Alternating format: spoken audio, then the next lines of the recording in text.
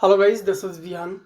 Himachal police constable की तरफ से अभी हाल ही में जो नोटिफिकेशन रिलीज़ किया गया दोस्तों, उस नोटिफिकेशंस में बहुत सारे चेंजेस आपको देखने को मिले हैं। फॉर एग्ज़ाम्पल, उसमें एज का जो क्राइटेरिया पहले रहता था उसमें भी काफ़ी ज़्यादा चेंजेस है, यानी कि आपकी उम्र में, आपकी एज में वहाँ पर छूट दी गई है। सेकंड, आपका जो पहले इंटरव्यू होता था अब इंटरव्यू नहीं होगा, इवैल्यूएशंस होगी। कितने कितने मार्क्स उन इवैल्यूएशंस के अकॉर्डिंग आपको मिलेंगे, प्रीवियस वीडियो चेकआउट कर लेना, उसमें बिल्कुल डिटेल से आपको बताया गया है। लिंक डिस्क्रिप्शंस आप चेक कर सकते हैं, ठीक है। अब दोस्तों, हज़ारों स्टूडेंट्स के मैसेज आते हैं कि सर हमारी डेट ऑफ बर्थ इतनी है, हम इतनी तारीख को हमारा जन्म हुआ, ठीक है, तो क्या हम अप्लाई कर सकते हैं कि नहीं कर सकते हैं, ठीक है। दोस्तों, बिल्कुल सिंपल सा फंडा है, बस आपको फॉलो करना है। लेकिन स्टार्ट करने से पहले मैं आपको बता दूं, अगर आप इस पुलिस भर्ती को किसी भी तरह से निकालना चाहते हैं, फर्स्ट अटेम्प्ट में ही आप इस एग्ज़ाम को क्वालिफाई करना चाहते हैं, तब दोस्तों प्रोफेशनल्स के अंडर कोर्सेज चल रहे हैं, ज्वाइन कर लेना टाइम से पहले, और आप किसी भी तरह से घर बैठे इस एग्ज़ाम के लिए बिल्कुल 100% तैयारी कर पाओगे, ठीक है। ज़्यादा डिटेल आपको व्हाट्सएप पे मिल जाएगी। व्हाट्सएप नंबर है 8278723715।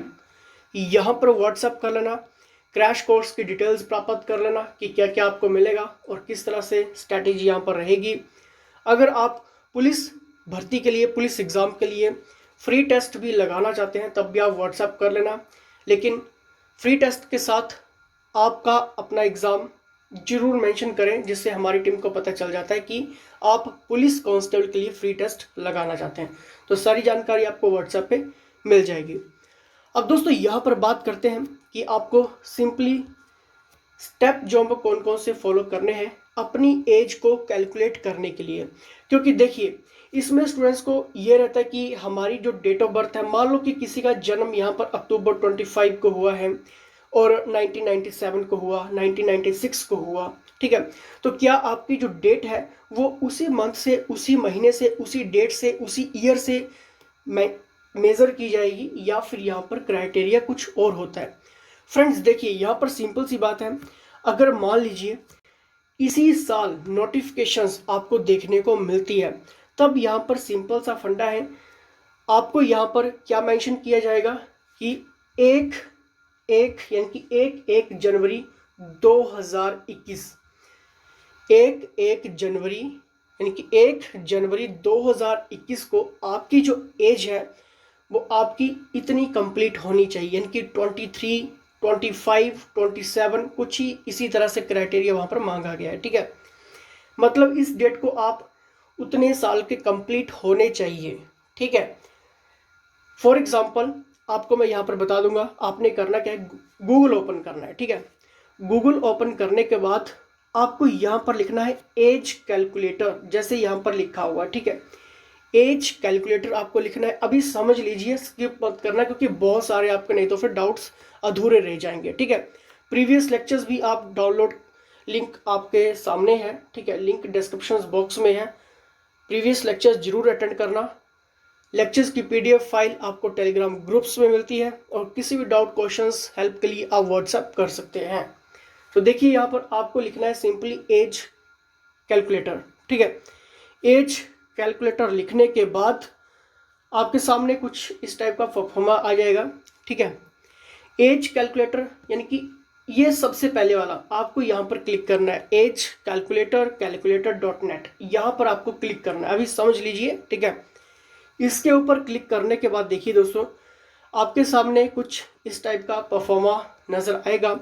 अब सिंपली आपको करना क्या है, मान लीजिए कि किसी की डेट ऑफ बर्थ सितंबर 12 तारीख 1997 है, ठीक है, और उसको किस तरीके से मापनी है, यानी कि मेज़र करनी है, अपना डेट ऑफ बर्थ निकालना है पूरा, तो जनवरी 1 2021 से निकालना। क्यों? क्योंकि आपके जो फॉर्म में डेट मेंशन की जाएगी, क्योंकि 2019 का जब एग्ज़ाम हुआ था तब भी उसमें 1 जनवरी 2019 वहाँ पर मांगा गया था, यानी कि उतनी डेट तक आपका कंप्लीट वहाँ पर मांगा गया था, ठीक है। तो यानी कि अगर उसी के अकॉर्डिंग अगर हम यहाँ पर एज को कैलकुलेट करें, तब दोस्तों जनवरी 1 2021 वहाँ पर आपके नोटिफिकेशन में मेंशन किया जाएगा जब ये नोटिफिकेशन आएगी। अब यहाँ पर आपका ये चीज़ हो गई, कैलकुलेट यहाँ पर बटन के ऊपर आपको क्लिक करना है। क्लिक करने के बाद दोस्तों ये पूरी की पूरी परफॉर्मा आपको बता देगा, ठीक है। लेकिन हमारे लिए ये चीज़ें मेंशन है, ये चीज़ें इंपॉर्टेंट है, यानी कि 23 इयर्स आपके कंप्लीट होते हैं। लेकिन कई बार क्या होता है कि कंप्लीट और रनिंग में फ़र्क होता है दोस्तों, ठीक है। मान लीजिए ये 23 वाला कंप्लीट है, लेकिन 3 मंथ्स 20 डेज इसका क्या है, रनिंग है। तो देखिए दोस्तों, रनिंग किसी भी तरह से कैलकुलेट नहीं होगा आपके एग्जाम के लिए, ठीक है। रनिंग चाहे आपका 3 months 4 months 5 months 6 month 8 month कुछ भी हो सकता है, ठीक है। वो चीज़ मेंशन नहीं होगी। आपका सिर्फ ये चीज़ देखा जाएगा कि आप 1 जनवरी 2021 तक मतलब कंप्लीट है, चाहे 25 है चाहे 23 है कुछ भी है, ठीक है। अगर यहाँ पर 2022 उन्होंने पूछ लिया तो वहाँ पर हो सकता है कि आपका एज बढ़ जाएगा, या हो सकता है कि आपके एग्ज़ाम में अगर 1 साल आगे चला गया, ठीक है। फॉर एग्ज़ाम्पल मैं आपको यहाँ पर बताता हूँ कि मान लीजिए आपका यहाँ पर है जुलाई 2012, नेक्स्ट किसी का है, मान लो कि ये किसी की डेट ऑफ बर्थ है जुलाई 12 1995, ठीक है। अगर उसको 2021 के अकॉर्डिंग कैलकुलेट करनी है अपनी एज, कैलकुलेट के ऊपर जाएगा, सीधा क्लिक करेगा और उसके सामने आ जाएगी 25 ईयर्स कंप्लीट, यानी कि 5 मंथ 20 डेज।